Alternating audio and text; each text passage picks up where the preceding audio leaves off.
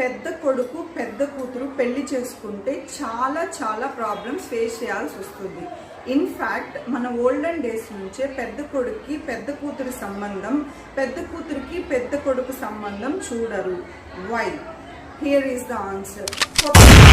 పాతక రోత అన్నట్టు వైఫ్ నుండి హస్బెండ్ కి, హస్బెండ్ నుండి వైఫ్ కి ఎటువంటి ప్రాబ్లమ్స్ వస్తాయో తెలియదు. ఫ్రమ్ బోత్ ద ఫ్యామిలీస్ ఎటువంటి కాన్సిక్వెన్సెస్ రైజ్ అవుతాయో ఐడియా ఉండదు.